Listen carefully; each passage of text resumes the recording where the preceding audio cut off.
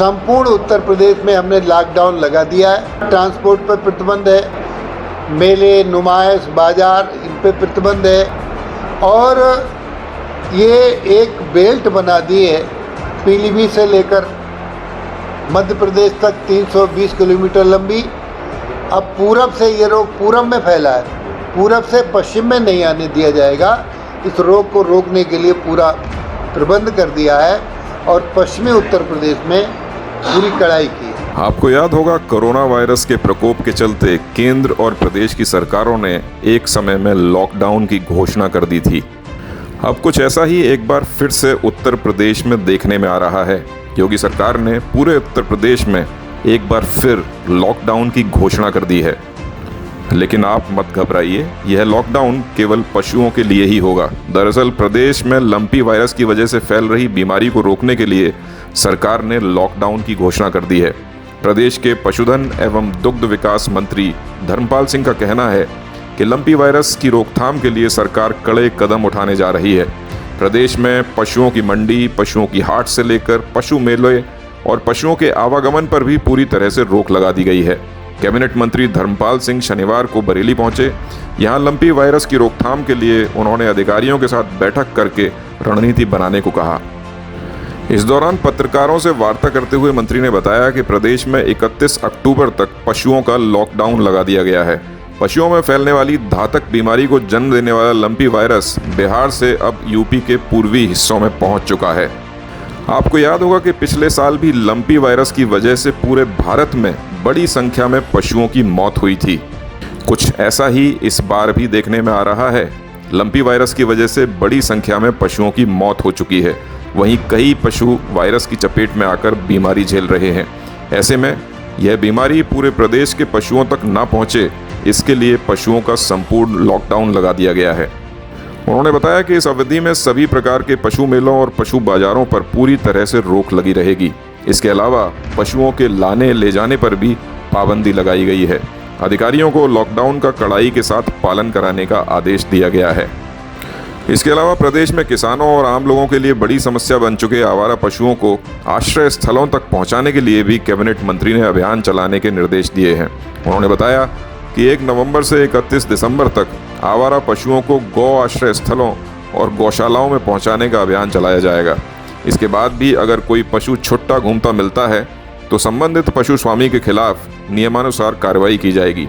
Lockdown और आवारा पशुओं की रोकथाम के लिए प्रदेश के कैबिनेट मंत्री धर्मपाल सिंह ने और क्या कुछ कहा, आप खुद ही सुन लीजिए।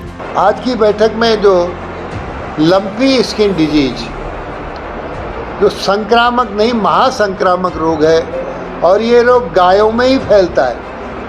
घबराने की बात ये है, पशुओं से ये मनुष्यों में नहीं आता। हालांकि संपूर्ण उत्तर प्रदेश में हमने लॉकडाउन लगा दिया है। ये पशुओं का ट्रांसपोर्ट पर प्रतिबंध है, मेले, नुमाइश, बाजार, इन पे प्रतिबंध है और ये एक बेल्ट बना दी है पीलीभीत से लेकर मध्य प्रदेश तक 320 किलोमीटर लंबी। अब पूरब से ये रोग पूरब में फैला है, पूरब से पश्चिम में नहीं आने दिया जाएगा। इस रोग को रोकने के लिए पूरा प्रबंध कर दिया है और पश्चिमी उत्तर प्रदेश में पूरी कड़ाई की है। एक अभियान चलाने की बात की जा रही है कि पशुओं को अपना छोड़ देते हैं, उनको कोई कार्रवाई की क्या है अभियान, किस तरह से सड़कों पर दिखाई नहीं देंगे?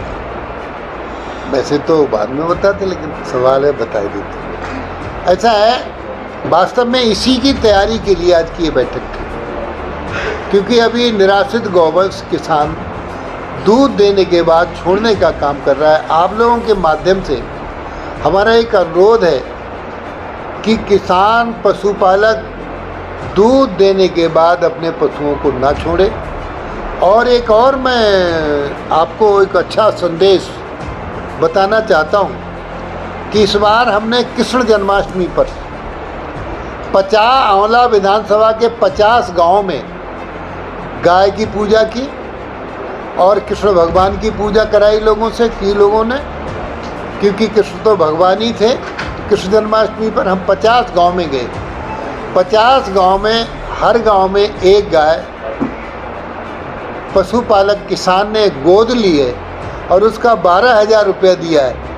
इस तरीके से 70 गायों का 9,000 रुपया 9 लाख रुपया हमारे पास आया है, जिसको हमने जिला अधिकारी के यहाँ जमा कर दिया है। और वो औला में वो 70 गायों की गौशाला अलग बनाकर आत्मनिर्भर गौशाला के नाम से वो होगी। और ये एक नया काम किया है, समाज खड़ा हो रहा है, समाज सहयोग कर रहा है। तो हम चाहेंगे आपके मेरे इस कथन को आप प्राथमिकता देंगे तो समाज में एक प्रेरणा मिलेगी, लोग और भी इस काम को करने को तैयार हों। निराश्रित गौवंश को आश्रय स्थल मजबूती से बनाया जाना, चारे का प्रबंध, भूसे का प्रबंध, रहने का प्रबंध, पानी का प्रबंध। जो निराश्रित गौवंश है उसको हम आश्रय स्थल पर अभियान चलाकर पहुंचाने का काम करेंगे, इसकी समीक्षा की गई है। देसी गाय जो हमारी है उसका दूध अमृत है। देसी गाय की दूध की उत्पादनता में वृद्धि आवे, गुणवत्ता बही रहे, तो इसके लिए कृत्रिम गर्भाधान के माध्यम से फ्री सीमन देने का काम योगी सरकार ने किया है।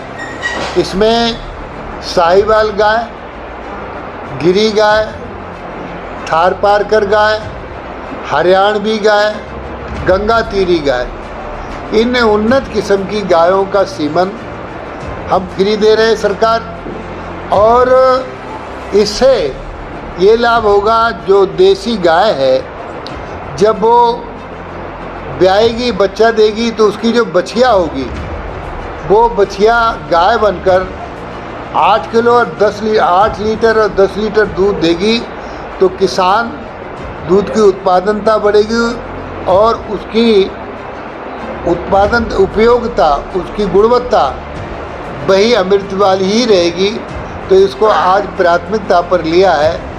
सीमन, सेक्स सीमन देने का लक्ष्य पूरा कर दिया, लक्ष्य निर्धारित कर दिया है।